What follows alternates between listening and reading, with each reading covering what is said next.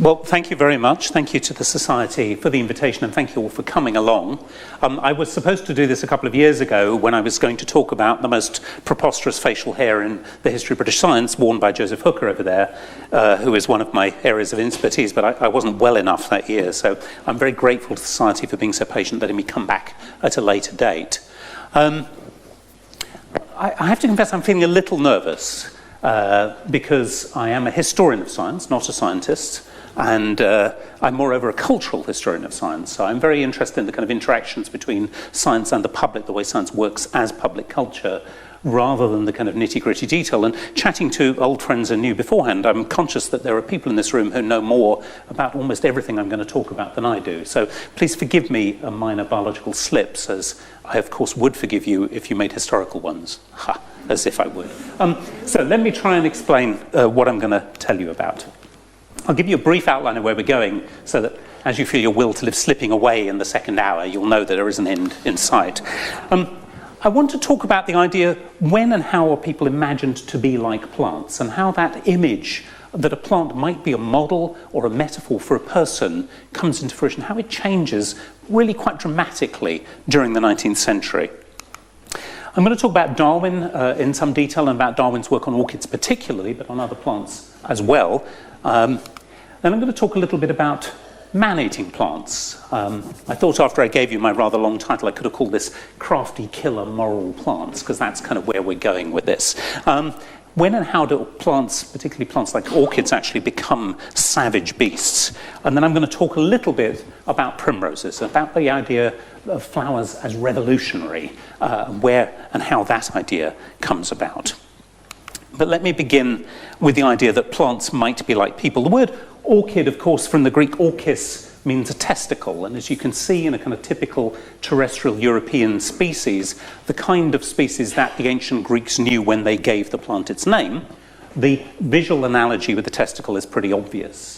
That's where the name comes from. So orchids are like people, or like men at least, in this regard. And there is all kinds of extraordinary and interesting mimicry in orchids, which are to do with their pollinators and the relationship between the plants and their pollinators, which leads to other kinds of mimicry. My particular favourite, this one, is Orchis italica, which is sometimes known as the naked man orchid for reasons that don't really need dwelling on. So the mimicry in orchids is one of the things that makes them kind of an interestingly rich cultural project, one of the reasons that I've been working on them. But in general, I would say that plants and people are not much alike for very many centuries. So it's quite surprising when we read in this 1902, this is a New York liberal magazine, The Independent. They proposed that Benjamin Disraeli must be considered a glorified Jewish primrose. Now this, I hope if nothing else, you will never see Disraeli in quite the same way as you did before tonight. How do they make this extraordinary claim? Well, I'll come back to that, but I want to think about how unlikely that image is by thinking about Shakespeare, who incidentally is the first, I think, to mention orchids in Western literature. But this is not about orchids. This is Falstaff insulting Judge Swallow. I do remember him at Clement's Inn, like a man made after supper of a cheese paring. When he was naked, he was, for all the world, like a forked radish, with a head fantastically carved upon it with a knife. And I think the force of Falstaff's insult, apart from the lack of anything between the forks of the radish, is that whatever a man might be, he should not be like a plant. And vegetable is still used as a kind of offensive term to describe somebody who isn't kind of with it, isn't active, isn't intelligent, isn't all the things that humans ought to be. And glossing over, centuries of history, that image of plants as being the absolute opposite of animals and of people in particular is a persistent one in many cultures for many, many centuries. Now, this gentleman, I presume, needs no introduction to this audience in this building, of all places. But Linnaeus is, of course, one of the people who makes us think about plants in particular in quite different terms because of the way he practices classification. So in the 1753 species Plantarum, we get the renaming, the systematic renaming of all known plants, this extraordinary book of synthesis that he brings together bits and pieces of all kinds of other people's work and their theories and so on, and creates a really new, clear, simple way of naming, which of course provides the basis for scientific naming to this day. What I particularly want to draw your attention to, and again I'm sure it's very familiar to many of you, is the Systema Sexuale, the methodus propria, as he calls it, the proper method for doing classification, the sexual system as it becomes known. And this, again, quite familiar. This diagram should look eerily familiar to you who up in the library just now, because it's up on the wall there. This is the very basis of this simple way of identifying plants that Linnaeus devises. So you simply count the stamens, the male organs of the plant, you assign it to its class, it has a single stamen or whatever, you count the carpels, the female parts, to assign it to an order. Order is imagined, of course, as subsidiary to class, as female is imagined as subsidiary to male by Linnaeus and his contemporaries. So if you've got two stamens, you're in diandria, you've got a single carpel, you're in monogynia, and so on. The point about this is it's extremely simple to begin the process of searching your botanical text to find a particular plant.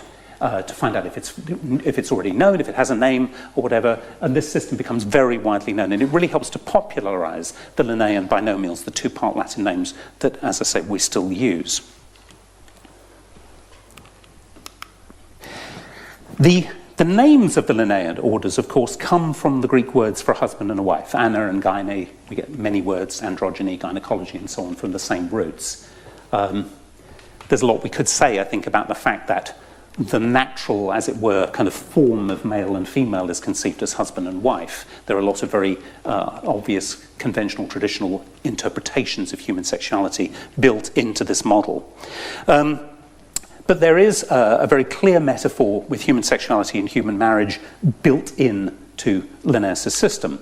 So he describes the flowers as bridal beds that were perfumed with so many soft scents to spur the floral gloom to embrace his beloved bride and offer her his gifts. You get this lovely image here of the male kind of avidly soaking the female with his pollen in a kind of great outpouring of affection.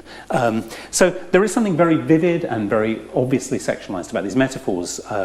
Again, if you look in the display cabinet upstairs, there's a copy of Erasmus Darwin's poem, The Botanic Garden, where he takes the Linnaean metaphors and as he celebrates the fact that English allows him to be more kind of graphic and erotic and explicit than the dry Latin does, and he makes those points even more vividly. So it seems, I think, that Linnaeus makes plants like people in some very obvious ways. But the more I look at Linnaeus, the more I think about this, there are very definite limitations to the way this metaphor functions. There's an interesting, I think it's a letter where Linnaeus describes his wife as my monandrian lily, possessing only one husband, confident as he was, but that he would compare her to a lily, a flower traditionally associated with virginity, with purity, and so on. There are assumptions about female sexuality built into the system, and it seems to me that as the flowers are passive recipients of human imagination in this system, they mirror the way that women are conceived of as passive recipients of male affection or pollen, as the case may be. There's no sense of women as kind of active participants in these relationships, I think, which, as I say, mirrors conventional attitudes to women at the time. Linnaeus was quite conservative about these things. He refused, for example, to allow his daughters to learn French because it was the language of sensuality. So these kinds of images, in a sense, I suppose I would say that plants are only like people in the sense they're like women, and women aren't really people anyway, in Linnaeus' view of things. So there are great limits to this metaphor. So the marriages of the plants are modelled on human marriages in some senses, but not in a very kind of vigorous one. So let me leap forward and think about Darwin, and think about Darwin's flowers, the way he works on those, and see if we can see different kinds of attitudes and ideas beginning to emerge in the 19th century. So this is the little book with the long title, as historians sometimes call it, on the various contrivances by which British and foreign orchids are fertilised by insects and on the good effects of intercrossing. 1862. It's worth noting that this is the very first thing Darwin publishes after The Origin of Species. Everyone is expecting a big book on human evolution, a topic which, as we all know, he conspicuously dodges in The Origin to the best of his ability. But he doesn't follow up with a big book on evolution. He doesn't follow up with lots of detailed case studies to support his theory. He goes off on this kind of tangent. And actually, of, I think, the 10 books that Darwin publishes after The Origin, 6 are on botany. We don't conventionally, I think, regard Darwin as primarily a botanist, but in terms of the actual research he does, that's absolutely where his heart lies. And I think it's interesting, whenever evolution is discussed in public, in whatever form, it's always the animals who get the limelight. If you're serious and scholarly, it's the finches and the pigeons and so on. If you're the New Yorker, it's always fish crawling out of the sea and evolving into amphibians and mammals, but it's always the animals who get the limelight. But plants were really at the heart of Darwin's project. And in fact, this book it says a lot about evolution, and it says a lot about how evolution works. There's a famous passage in Darwin's memoirs of his life where he describes his first inkling about natural selection. He says, I had at last got a theory by which to work. He's talking particularly about Malthus and competition and the way that guides him towards natural selection, but I think the idea that natural selection itself is a theory by which to work is very important to Darwin. One of the things he's doing in this book is showing his fellow naturalists, his fellow fellows of the Linnean Society at the time, for example, this is what happens when you look at nature through the eyes of evolution, through the eyes of natural selection. All kinds of things begin to make sense. They suggest, above all, new kinds of work that you can do with plants, which older theories don't. So he looks in particular about pollination, about insect pollination, and particularly about the co-adaptation of particular orchids to the insects that pollinate them. So if you take one of they're mostly domestic British orchids in the first book. He adds lots of tropical ones to the second edition 15 years later. But if you take a plant like this, Epipactis palustris, he explains that although the orchid, like a lot of flowers, looks as though it would be very easy for it to self-pollinate, there are all kinds of adaptations in the structure of the flower itself that actually make self-pollination a rare occurrence in most orchids, that insect pollination is clearly the preferable route from the orchid's point of view. So it gives you these kind of detailed cut-out diagrams. He's removed most of the petals here to give you a clearer view of the floral structure. And one of the things that I really love about this book, if you actually read it, is Darwin actually sort of says, I was rather puzzled by this, but then if you imagine the orchid entering in this angle, and as it reverses back, it will get the pollen stuck to its back and so on, you can really see himself putting himself in the insect's place. Almost as though, now, if I were a bee, what would I do? How would I enter that flower? Where would it work? And he does these lovely experiments with a pencil where he shows that if you push it into the mouth of the orchid, how the pollen is ejected by the orchid, sticks to the pencil. And Darwin seems to be one of the first to notice that he then takes the pencil out, and the pollinia, the bundles of the pollen grains, are supported on little tiny thin supports called corticles. And as these dry, they bend.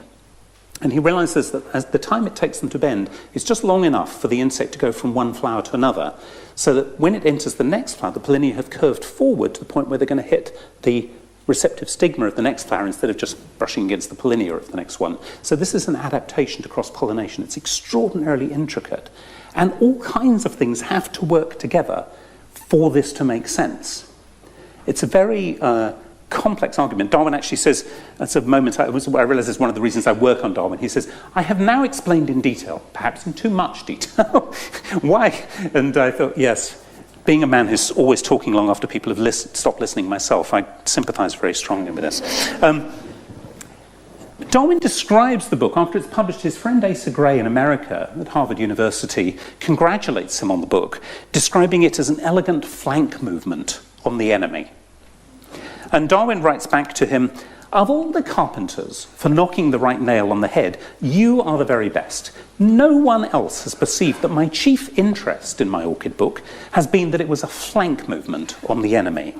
Now, what are they talking about here? Let me see if I can explain. Darwin says in the conclusion to the book, can we feel satisfied by saying that each orchid was created exactly as we now see it on a certain ideal type, that the omnipotent creator, having fixed on one plan for the whole order, did not depart from this plan, that he therefore made the same organ to perform diverse functions, often of trifling importance compared with their proper function, converted other organs into mere purposeless rudiments, and arranged all as if they had to stand separate, and then made them cohere. Darwin has grasped, I think, a very important point that the perfection of orchids, the way that they fit so beautifully with their pollinators, could very easily be taken as evidence of divine design. And this kind of contrivance, the word is very carefully and deliberately chosen by Darwin, was often used by natural theologians to prove that God is indeed at work in nature, that the beauty and perfection of nature is evidence not merely of God's perfect design, but of his benevolent design. And of course, Darwin has seized on the fact that the imperfections of plants and animals are actually what reveal that natural selection is what's done the work here. It's these useless rudimentary organs and so on, which you find in orchids, that reveal that this is actually a product, blind chance over a long period of time. So there's something quite important about that kind of attack on natural theology, on that particular way of viewing the world that goes on in this book. He continues, is it not a more simple and intelligible view that all the orchids owe what they have in common to descent from some monocotyledonous plant, and that the now wonderfully changed structure of the flower is due to a long course of slow modification, each modification having been preserved which was useful to the plant during the incessant changes to which the organic and inorganic world has been exposed. And the point that, of course, he makes here is not just that natural theology is a barren explanation for working people, but that looking at the orchids this way suggests all kinds of experiments that you can do, a theory by which to work. And I think that's very much how he's selling evolution to his audience, primarily of his fellow gentlemen of science. Although the book is written in a relatively popular style, it is heavy going if you're not very interested in orchids and their botany. So there's a very important technique of persuasion going on here. The other very striking conclusion that he comes to, these incidentally are orchids at Orchis Bank, which is a nature reserve just near Down House where Darwin lived. He probably started working on orchids because they grew so widely close by his home. They were very accessible, and he got interested in them on his walks there. And volunteers still go and photograph the insects in action at the very site where Darwin worked at them. Darwin concludes the book by saying, "It is an astonishing fact that self-fertilization should not have been an habitual occurrence. It apparently demonstrates to us that there must be something injurious in the process. Nature thus tells us in the most emphatic manner that she abhors perpetual self-fertilization." This was a point he'd made in the Origin and had been somewhat criticized for, so he's gone into great detail to point out why he's so convinced that this is the case. And he points out that cross-fertilized plants and animals produce more hardier offspring, and that there's more variation for natural selection to act on when self-fertilization is avoided. So there are a number of points in his theory of which this is quite important. But there's also, I think, quite a personal reason why Darwin is interested in this. He goes on, "May we not further infer as probable, in accordance with the belief of the vast majority of the breeders of our domestic productions, that marriage between near relatives is likewise in some way injurious?" If we go back to his memoirs, his recollections of the development of my mind and character, during the summer of 1839, and I believe during the previous summer, I was led to attend to the cross-fertilization of flowers by the aid of insects. I attended to the subject more or less during every subsequent summer. Why does this particularly become an issue of interest for Darwin at this time? Probably many reasons, but one of them is he just got married. And he marries his first cousin, Emma Wedgwood. And even at the time, Darwin worried a little bit about whether this was wise. There were actually a number of these marriages between the Darwins and Wedgwoods, but there was some evidence to suggest that cousin marriage was not a healthy thing, not good for the children. And of course, as we know, several of the Darwins' children died in infancy and childhood. So it really became a very pressing personal matter, whether there was real scientific evidence to support this notion that close marriage was injurious, was problematic. And that connection wasn't just there in Darwin's own mind. It's interesting that books like this, Intermarriage by Alexander Walker, which he read at the same time, which explores these issues in some detail, close breeding is unhelpful. But Darwin's books are actually, his book on orchids is actually reviewed alongside books on intermarriage in humans by the Westminster Review when it comes out in 1863. So you can see on marriages of consanguinity, hygiene in the family, the compte marriages of consanguinity, fertilization of orchids. So the connection between this research on the good effects of intercrossing and human marriage and the effects on human health was clear to Darwin's contemporaries as well. So this is another sense in which the plants are acting as a model system, as we would now call it, to investigate a problem in human biology, which for obvious practical reasons can't be investigated directly. Now, how do people get to know about Darwin's botany? As I say, the book is pretty dry. And interestingly, it's popularised by a number of writers, one of the most interesting of whom is this man, Grant Allen, Canadian-born British novelist. He's mostly remembered now for this novel, The Woman Who Did, which is a kind of classic of what's known as the New Woman novel of the late 19th century, novels that explore the kind of dangerous freedoms that young women living in the city, independent, riding bicycles, earning their own living with their typewriters and so on, and the moral perils that they face in this limbo where they're neither living at home nor are they yet married and are free from male supervision. It's quite a kind of topical and quite a kind of racy subject for the time. But Allen writes a great deal more than that on all kinds of topics. And one of the things he does is he writes a whole series of popular works on botany. So this is a typical one. There are about half a dozen of these. The Story of the Plants. And it's interesting that chapter 6 is called How Plants Marry. So this Linnaean metaphor is still there. The flowers are described as the husbands and wives of the plants. And he describes the basics of pollination. He talks about wind and insects and so on. He sets out some very kind of basic botany very clearly and very accessibly for a general audience. But why, he asks his would-be reader, you may ask, do the plants want to get their pollen carried from plant to plant? Why can't each flower fertilise itself by letting its pollen fall upon its own pestle? Well, the question is a natural one. And indeed, many flowers do actually so fertilise themselves with their own pollen. But such flowers are almost always poor and degenerate kinds, the unsuccessful in the race, the outcasts and street Arabs of plant civilization. There's a more active sense of plants as models of people coming through already, I think, in these kinds of quotes, in the language he chooses. All the higher, nobler and more dominant plants, the plants that have carved out for themselves great careers in the world and that occupy the best posts in nature, have invented some mode or other of cross-fertilization. So there's some very clear kind of moralizing being brought into the picture here, obvious assumptions about class and so on that bear on these arguments.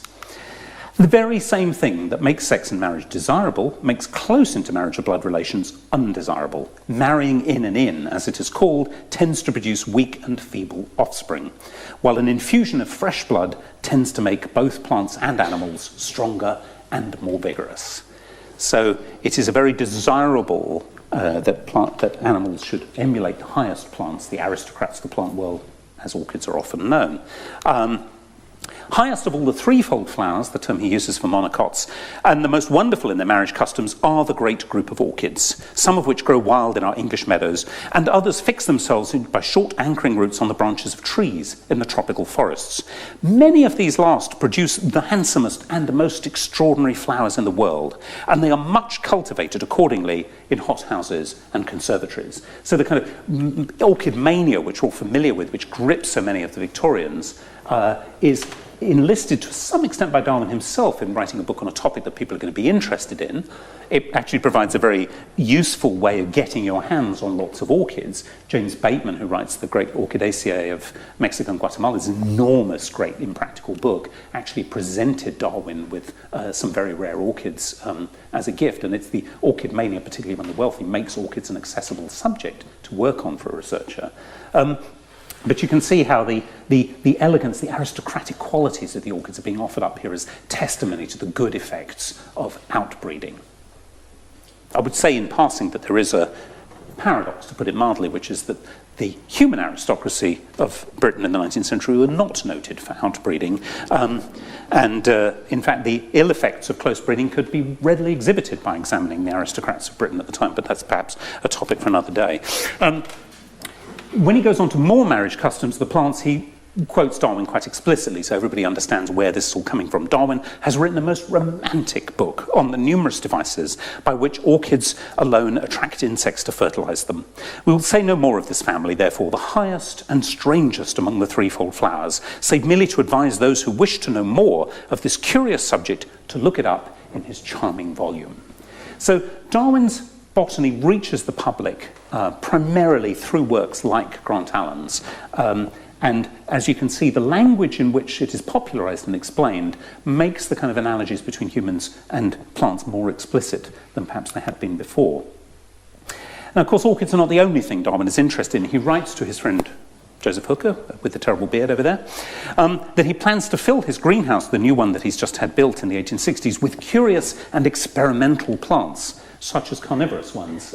These are actually growing in the greenhouse at Down today. They've beautifully recreated Darwin's garden and many of his experiments. If you've not been to Down for a long time, it's really well worth a visit. He tells Hooker he was delighted to discover I can buy pitcher plants for only 10 shillings and sixpence. So this is a very small point, but it's a nice illustration of the way the British Empire has brought all these rare, exotic, tropical plants and put them in nurserymen's catalogues and put them in the kind of, the Victorian equivalent of the kind of garden centres and so on, and made them accessible to a whole range of people so that somebody like Darwin can do these kinds of experiments in his own back garden in Kent. And he publishes a book on insectivorous plants. I mentioned he publishes quite a lot of these. This is another quite popular book, gets a lot of reviews, and the insectivorous plants are a source of great fascination to his contemporaries. One of the many reviews I like, this one is from Nature, that there's now a widespread interest in plants like the sundew as one of the stars of Darwin's book. Even the newspapers have discussed the anti-vegetarian habits of some vegetables in the light, airy and philistine manner in which they are wont to approach mere scientific subjects. It's a good thing things are so different in the press now, isn't it? But there really is a lot of interest in the carnivorous plants, and there is something perverse and rather fascinating about plants doing something so unplant-like as to prey on animals. There's an inversion of what we might think of as the natural order that gives them a kind of gruesome quality. So naturally, these are picked on very regularly by the popularizers. So if we look at Grant Allen, a lovely piece here called Queer Flowers from the Popular Science Monthly, when a plant is so constructed with minute cunning and deceptive imitativeness that it continually, and of malice prepense, malice of forethought, lures on the living insect generation after generation to a lingering death in its unconscious arms, there seems to be a sort of fiendish impersonal cruelty about its action, which sadly militates against all our pretty platitudes about the beauty and perfection of living beings. It is quite a relief that we are able nowadays to shelve off the responsibility upon a dead materialistic law like natural selection or survival of the fittest. There's a very interesting kind of consequence of Darwin's flank movement, that it actually becomes a relief. And this is much too big a topic to go into tonight, but I've argued in some detail that when we want to understand the impact of Darwinism in the Victorian period, it's often thought there's this vast controversy and Darwin is pilloried and his books are burnt in every church in the country. It's nonsense. Of course some people are upset and some people are very hostile, but actually the acceptance of Darwinism is surprisingly rapid, particularly within the scientific community, but more generally too. And I think one of the reasons for that is it is quite a relief. That actually many people in Victorian Britain are finding it rather a strain to believe in a kind of personal God who watches over the fall of every sparrow, who is personally responsible for the death of your child, has decided to kill your child. It's a vision of God that people find very hard to live with. So the notion of a kind of vaguely benevolent God who's designed laws, as Darwin says at the end of The Origin, that the planet, forms most beautiful and most wonderful have been and are being evolved. Things are looking up in the long term. It's a kind of statistical comfort. It's nothing like conventional Christianity, obviously, but that's precisely its appeal, I think, to many people. And you can see a hint of that in the way that Allen popularizes this point. Another example, which I love this title, The Sagacity and Morality of Plants. J.E. Taylor, keeper of the Natural History Museum at Ipswich, amongst other things, wrote a number of popular books on these subjects. And he says here, Botany is no longer a matter of counting stamens and pistils and expressing the classified result in a Greek-derived nomenclature. It no longer consists in merely collecting as many kinds of plants as possible, whose dried and shriveled remains are too often only the caricatures of their once living beauty. Hosts of common plants, he says, now that we treat them as living things, constantly perform actions which, if they were done by human beings, would at once be brought within the category of right and wrong. There is hardly a virtue or a vice which has not its counterpart in the actions of the vegetable kingdom. So he writes with some detail defending his title from accusations that, this is just a kind of an empty metaphor. He takes this quite seriously.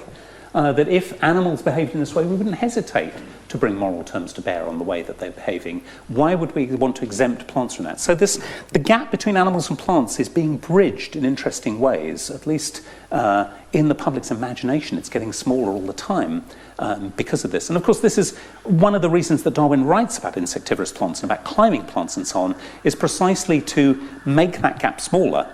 One of the logical conclusions of his theory is that all living things have a common origin, so there can't be an insurmountable barrier between plants and animals. They must have come from a common point. So we would expect to see some animal-like characteristics in plants and vice versa. We're beginning to see the whole living world in a different way in the late 19th century. Darwin writes to his son William when he's working on tendrils, and as there are a couple of editors from the Darwin Correspondence Project present, I should thank them very much for the enormous amount of work that's gone into publishing all these letters so that I can find these things. But my hobby horse at present is tendrils. They are more sensitive to touch than your finger, and wonderfully crafty and sagacious. And Darwin writes in his climbing plant book, Passiflora gracilis, this is Cerealia, but Passiflora is one of the plants that he particularly likes. This is, again, growing in his greenhouse at Down today. That they seem almost to be able to sense where there is a support, that they send their tendrils out, and when they find something, they pull themselves up by it. They've adapted very well to the conditions on which they grow, and they seem able to sense and adapt to their environment very rapidly in a way that is much more like an animal than it is the way we conventionally think of plants. And it's interesting that you find those same kinds of sentiments reflected in Taylor's book. Successful climbing habits have been acquired. The devices thus developed undoubtedly partake of the character we should call sagacious if animals had displayed them. What shall we term them when they are possessed by plants? Well, obviously, he has no doubt it's the same term, it's the same thing. In exactly the same way that Darwin argues that you can see the kind of embryos of human conscience and even artistic ability in lower animals, we should expect to see the embryonic primitive versions of animal behaviours in plants. There's a continuity at work here. And Taylor notes that successful climbers may even strangle their competitors so to ensure they're not themselves overtopped. The plants had, he suggested, cheated and strangled and done all kinds of vegetable crimes before it satisfied its own end. Speaks for itself. Now, one of the curious and interesting things that happens, I'm going to argue, because of the way that Darwin's insectivorous plants and the orchids are so often popularized alongside each other, the two groups of flowers that people were most interested in, is that they become kind of conflated to some degree in the public imagination. So I'm going to very briefly talk about a topic of man-eating plants, man-eating orchids in particular. So let me start with H.G. Wells, The Flowering of the Strange Orchid in 1894. This is the best of these stories. I'll describe it in a little bit of detail. So we've got a central character, Winter Wedderburn, who is a classic kind of Wellesian little man, drab and suburban, and lives this kind of rather boring life. He has a greenhouse full of orchids, and his big excitement is to go to orchid sales and buy the dried, shriveled tubers, which he's then going to grow up in his own greenhouse. So he goes to buy these orchids at a sale, and he's intrigued by them because they were collected by a young man called Baton who died in the course of acquiring them. And part of the kind of status of orchids in the 19th century is these endless kind of tales of daring do of the orchid collectors who brave all kinds of perils in the jungle to bring these trophies back. So there's sort of the great white orchid hunter. There is actually, I'm not making this up, there's a series in the Boy's Own paper of heroic orchid collecting in Borneo, and the natives are all teeming and inscrutable and untrustworthy and swarthy and smelly, and their boys are noble and English and British and can throw a cricket ball 150 yards, which is absolutely essential if you're a botanist. But this kind of story does frame the orchid. And in Wells's story, the Adventures of Baton, as he dies in the jungle, give this orchid a particular kind of fascination. It may be a new species or even a new genus, and it was the last that poor Baton ever collected. It was actually found under his body. He died in the jungle, every drop of his blood sucked out by jungle leeches. And Wedderburn is clearly slightly envious of Baton, not so much of the leeches, he emphasises, but he's led an exciting, adventurous life, unlike the poor orchid grower himself. There are such queer things about orchids, he said one day, he's talking to his housekeeper, such possibilities of surprises. You know, Darwin studied their fertilisation and showed that the whole structure of an ordinary orchid flower was contrived in order that moths might carry the pollen from plant to plant. My orchid may be something extraordinary in that way too. If so, I shall study it. I've often thought of making researches, as Darwin did. And again, I expect many of you know this, but Wells actually studies biology under Thomas Henry Huxley, Darwin's most celebrated and belligerent advocate. So he feels very connected directly to the kind of Darwinian kind of line, as it were. So he grows this thing and it finally flowers. The flowers were white, with streaks of golden orange upon the petals. The heavy labellum was coiled into an intricate projection, and a wonderful bluish purple mingled there with the gold. He could see at once that the genus was altogether a new one. And the insufferable scent, how hot the place was. The blossoms swam before his eyes. And when he doesn't show up for tea, his housekeeper goes out to the greenhouse to look for him. He was lying face upward at the foot of the strange orchid. The tentacle-like aerial rootlets no longer swayed freely in the air, but were crowded together in a tangle of grey ropes and stretched tight with their ends closely applied to his chin, neck and hands. This is a vampire orchid. Okay? Baton was not killed by leeches. The orchid itself killed him. It sucked every drop of blood out of him. It's a pretty good story, I have to say. It's not quite prime Wells, but it's well told. And the particularly nice touch that I like about this is that, thanks to the housekeeper's quick thinking, she smashes the windows, you can see, they let some fresh air in before she's overwhelmed by the orchid scent. She drags him out, he makes a full recovery, and is then kind of quite chipper and excited about the adventure he's had. So it kind of perks him up no end. Very Wellsian ending. My wife was going to be here this evening and sadly couldn't make it. But if she were, she would be able to confirm for you that I know a lot of these kinds of stories, all of which she's heard more than once. So I will spare you the full recitation, but I'll give you one other quick example just to show we're not dealing with an isolated phenomenon here. This is the Purple Terror from the Strand magazine. This is where the Sherlock Holmes stories first appeared, of course. Will Scarlett, great name for an American, a rather good specimen of West Point dandyism, who's an orchid fancier, of course, and he goes looking for a new species while he's on a mission in Cuba, has to deliver a letter to get past some swarthy, unreliable Cuban insurgents. So there's an awful lot of ethnic stereotyping in orchid stories at this time. When he finds the rare orchid, of course, this turns out to be a killer orchid too, so there's a great illustration here of them hacking themselves free. I'll spare you the details, but a more clueless example of West Point dandyism is hard to imagine. There's a man who walks into the clutches of this orchid, but he lives to tell the tale. And there are a few others of these stories that involve orchids as well, but they're part of a wider genre. And a very interesting man in America called Chad Arment has done a huge amount of work on this, much to my delight. And he's edited two anthologies of killer plant stories. He's working on a third one at the moment, he tells me. And he's gathered these from all over the place. So I've been saved vast amounts of legwork by this man's incredible work, which is lovely. But I want to draw your attention to something, okay? Look at the dates of these. Rappaccinis Daughter is the only one that's earlier than 1862. And Rappaccinis Daughter is not a killer plant story. It's a cool story, and Hawthorne's a good writer, so, surprise, surprise. But it's about a girl who tends her father's garden of poisonous plants and becomes toxic herself. And she is not a kind of active protagonist. One of the many things that's interesting about the orchid stories is that they're very often identified with women. There's a novel called A Woman of Orchids, Marvin Dana, 1910 from memory. But it's a classic kind of femme fatale story. And the orchids are both sexualized and feminized over and over again in these stories. They're often associated with mysterious, dusky, sexy women from the tropics who, covered in orchids, the girl who leads Will Scarlet almost to his death is a Cuban dancing girl wearing a wreath of orchids and so on.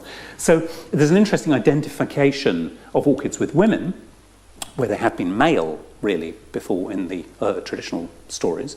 But they've also become active sexual predators in many cases. So the killer orchid is caught up in this changing image of women. The phrase femme fatale enters in the English, borrowed from the French, of course, in the 1870s. It's kind of exactly when kind of first-wave feminism is beginning to hit America and Britain, and those phenomena that Grant Allen writes about in The Woman Who Did, the active, independent young woman is beginning to be noticed as a cultural phenomenon. So there's all kinds of interesting stuff going on here. But the key thing, I think, is Darwin. It's after Darwin that the killer plant story becomes a genre, and quite a widespread. Some of these are, very obviously insectivorous plants. Some of them are orchids, but the two are blended together in many cases. The actual identity of species, they're mostly fictitious species, of course, is unclear. So orchids have, and other kinds of plants have this increasing grip on the public imagination, and they have been brought to life by Darwin and his popularizers in a very vivid way. They're crafty, they're sagacious, they have morals, they can be bad, they can be evil plants, and above all, they're dangerous. And all these different tropes come together in these stories, I think, as a result of the way Darwin has popularized them. So botany changes a lot in the 19th century. Let me very quickly finish off by explaining Mr. Disraeli being a primrose, just to wind this up. So I'm going to talk about my other favorite plant, which is this one, Enethera. So this is Hugo de Vries. De Vries, Dutch botanist, corresponded with Darwin, really saw himself as a kind of disciple of Darwin's. And if he's remembered at all today, and he would be dismayed by this, I have to admit, it's because he's one of the people who rediscovers Mendel's work in 1900. De Vries himself always regarded Mendelism as a rather minor footnote to his own work. It's not the way history has remembered him or his achievements. He would have liked to have been remembered for intracellular pangenesis in 1889, where he takes Darwin's rather hypothetical theory of inheritance, the pangenesis theory, and tries to make it kind of cell theory compliant. This really doesn't convince anyone, and even though De Vries studies in Germany with Julius von Sachs and is kind of steeped in the up-to-date German laboratory biology, there's not really much experimental evidence for this theory. It's much too speculative for the taste of the times. So he gives it another shot when he publishes the Mutationstheorie, 1901 and 1903, the mutation theory. This is basically intracellular palingenesis repackaged in what he hopes is going to be a more acceptable and successful form. And the key difference is that he's got experimental evidence. And it's all derived from a species of Enethera, Enethera lamarckiana. De Vries himself writes that he found this growing in an abandoned potato field at a place called Hilversum, just outside Amsterdam, and that in among the plants there were new types. They were only subtly different, but they were quite clearly distinct.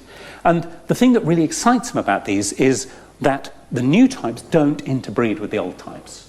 I don't think I can go into this in great detail, but there's a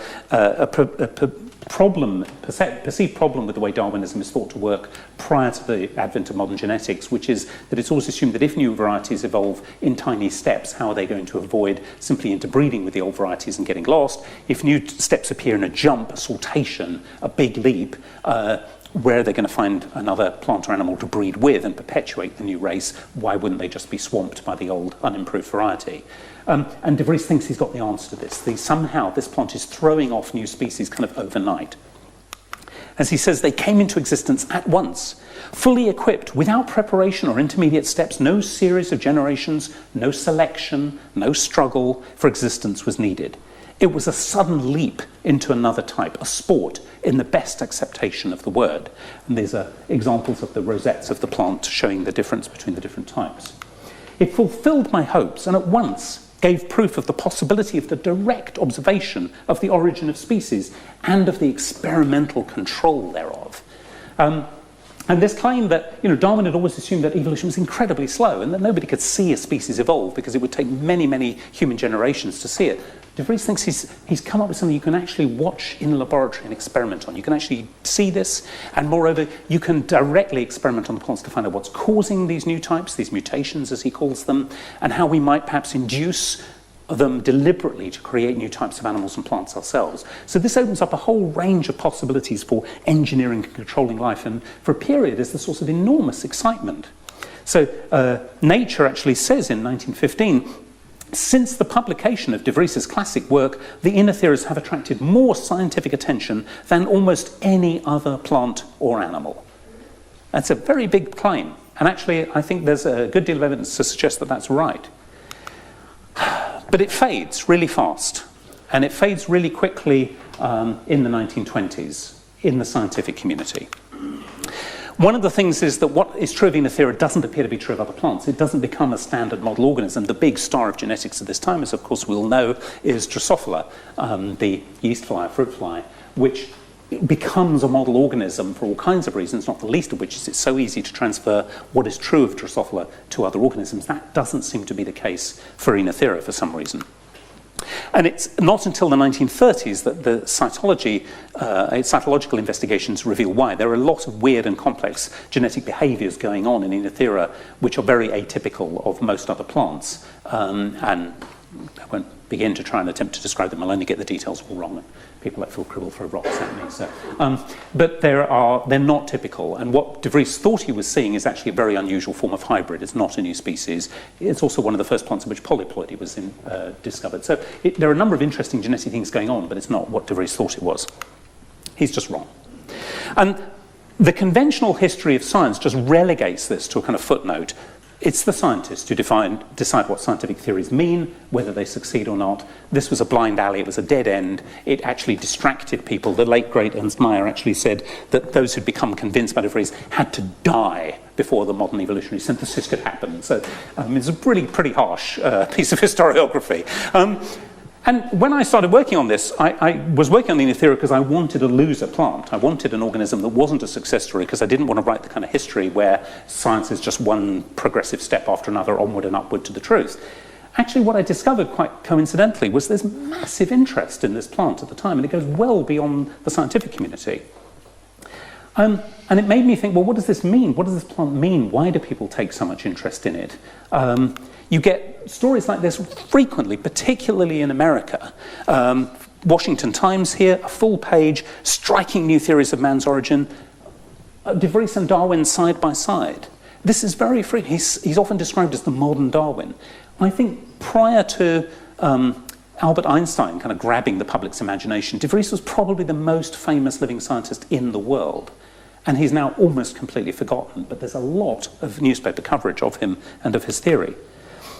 And there are lots of kind of popular works on this. This is the Atlantic Monthly, a kind of highbrow but general interest magazine reviewing recent aspects of Darwinism. In Lamarck's Evening Primrose, Devries has seen the origin of a really new species in one clean jump. Somewhere between one generation and the next, the change occurs, complete and final. There are no links. And I think that this notion of very rapid evolution and potentially controllable evolution is one of the things that gives this theory a particular fascination for Americans. There's all kinds of possibilities of a quick fix, a kind of biological technology being brought in to create new crops overnight and so on. So there's a lot of enthusiasm and excitement about this. One of the weirder forms of this enthusiasm is here. This is Arthur M. Lewis is a socialist popularizer of science who gave public lectures on various aspects of science. Most socialists at the time who regarded themselves as Marxists saw Marxism as a scientific theory. So there's a great kind of focus on scientific education as part of the Marxist project. And there's a problem for Marxists at the time, which is that Darwin assumed evolution was very, very slow. So that seems to justify the arguments of people like the Fabians, who think that social change has to be very, very slow and gradual, little tiny steps over a long time, no revolutions, no big upheavals. That would be unscientific. Lewis is not so convinced. Devries' mutation is a chapter in his book. It is no longer necessary to assume countless millions of years for the evolution of living forms. A plant enjoys a period of apparent stability when it reaches a point where it explodes and gives birth to a new species. If a plant Why not a society? There is therefore no longer anything in biological science to contradict the socialist position that a new society may be born of a sudden revolution. And this may sound barking, but he's not the only one. I've found quite a lot of socialists in Britain and America who make precisely this point about the mutation theory. One of the ways I got interested in this is through the American socialist feminist writer Charlotte Perkins Gilman, who wrote a utopian novel called Herland. Gilman is one of those people who has so much to say that she published, edited and wrote her own magazine, and The Forerunner, and Herland appeared in this as a serial. It was basically forgotten until the 70s. Second wave feminists rediscovered it and republished it as a lost classic. And it's a kind of classic sort of Conan Doyle style lost world story. There's an isolated plateau somewhere where these three men, these adventurers, arrive and discover a world entirely, a society entirely of women who reproduce parthenogenetically. They've been cut off from all men for 2,000 years and have been getting along just fine without them and have created a perfect society. And when they're asked to explain how this has happened, they put it down to the law of mutation. And I thought, 1915, the law of mutation really only meant De Vries then. The Mendelian sense of mutation wasn't around at that time.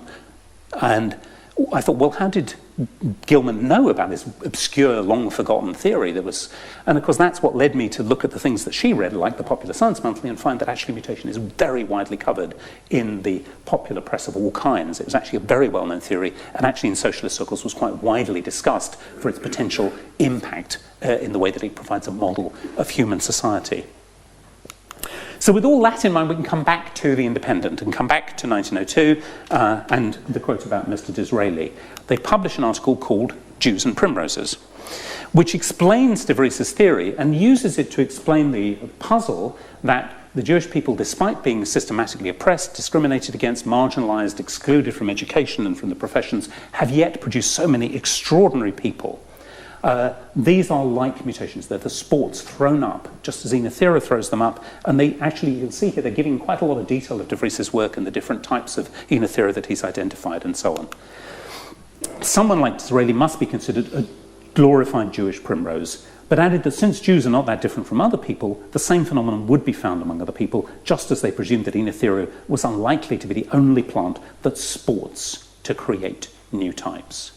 So, through this long process by which we've gone from forked radishes as a very unhuman metaphor of what plants and people look like, to the idea of plants as active, crafty, moral, potentially lethal agents, living things in every sense of the word, it becomes possible to make this kind of metaphor and for it to be at least a plausible way of thinking about the relationship between human politics and human society and the plant world.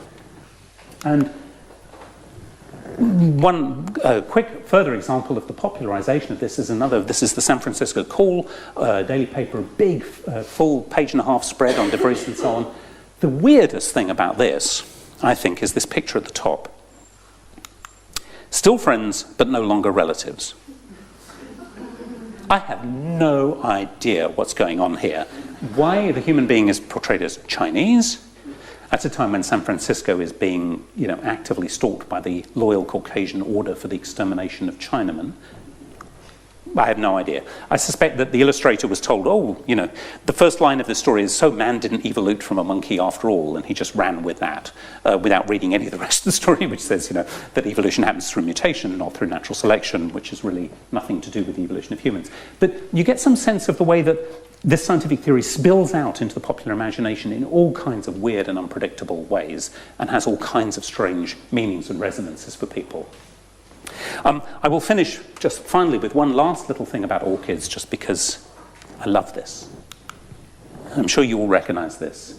So this is the opening scene of The Big Sleep, one of Bogart and Bacall's best movies, based on the Raymond Chandler novel, 1939, and it opens in an orchid house. General Sternwood, very old, millionaire, explains that he needs the heat to thrive on.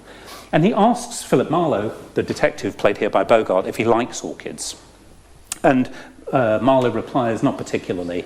And Sternwood says, no, nasty things. Their flesh is unpleasantly like the flesh of men, and their perfume has the rotten sweetness of a prostitute. A line that has to be cleaned up by the production code, of course, for the movie, becomes the rotten sweetness of corruption. But one of the many things that's extraordinary, when he talks about, the orchids are an excuse for the heat, he makes this extraordinary revelation that his daughters are kind of wild and unscrupulous and immoral, no more moral sense than a cat, he says, no stern would ever had. And his daughter Carmen in particular is rather too fond of the flesh of men, which leads her into all kinds of problems. So the orchids have become very sexual, very decadent, steamy, erotic, female, all kinds of extraordinary things happen. This is not the only place in film noir that orchids have this kind of resonance. But all of that, I think, because Darwin reimagines them, not as dried, pressed flowers with, nothing more than a Linnaean binomial to their identity, but as very active participants in the living world and active agents in evolution. Thank you very much.